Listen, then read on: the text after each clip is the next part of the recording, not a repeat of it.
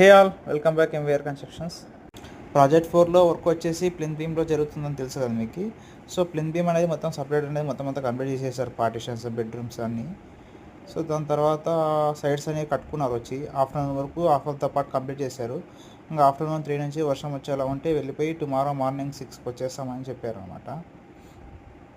చూస్తున్నారు కదా, మొత్తం అంతా కంప్లీట్ అయితే అయిపోయింది plinth beam section. And night నేను ఒక టిప్పర్ 5 యూనిట్స్ వచ్చేసి శాండ్ తెప్పించాను. మార్నింగే వేసుకుంటాం ప్లింత్ బీమ్ అంటే.